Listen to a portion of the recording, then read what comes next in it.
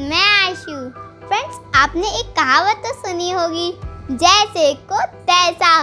Means अगर कोई व्यक्ति आपके साथ अच्छा व्यवहार करता है तो आपको उसके साथ अच्छे से पेश आना है, और अगर कोई व्यक्ति आपको बेवकूफ़ बनाने की कोशिश करता है तो आपको उसे उसकी भाषा में सबक सिखाना उतना भी ज़रूरी हो जाता है। जैसे कि एक फेमस मिठाई वाले के साथ एक चतुर ग्राहक ने किया। हुआ ये था कि एक बार एक बड़े से शहर में एक बड़ी सी मिठाई की दुकान थी, और जितनी बड़ी थी उतनी ही फेमस थी। फ्रेंड्स, उस दुकान की कीर्ति तो दूर दूर तक फैल चुकी थी, और उस दुकान का मिठाई वाला बहुत ही स्वादिष्ट मिठाइयाँ बनाता था। जैसे ही पैसा बढ़ता गया, मिठाई वाले का दिमाग 7वें आसमान में पहुंच गया था, और धीरे धीरे उसका लालच भी बढ़ गया। अब ज़्यादा पैसा आने के चक्कर में उसने मिठाई की तोल में गड़बड़ी करना चालू कर दी।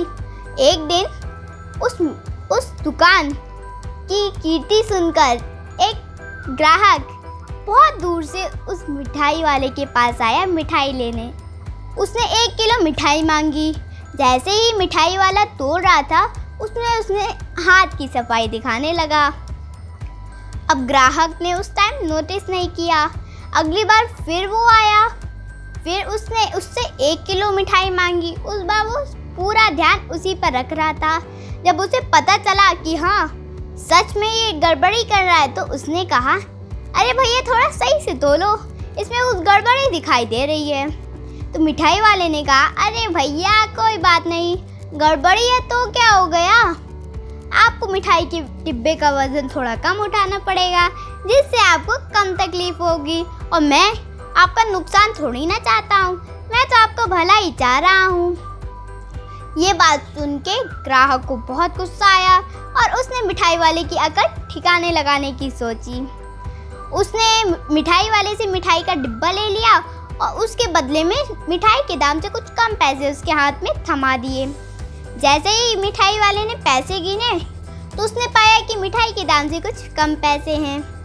तो ग्राहक ने कहा, हाँ मैंने जानबूझ के तुम्हें कम पैसे दिए हैं। जैसे तुमने मेरा भला सोचा ना कि मुझे मिठाई के डिब्बे का वज़न कम उठाना पड़े, वैसे ही मैंने भी तुम्हारा भला सोचा कि तुम्हें पैसे गिनने में कम तकलीफें हो, और तुम्हारा टाइम भी बच जाए, वेस्ट ना हो।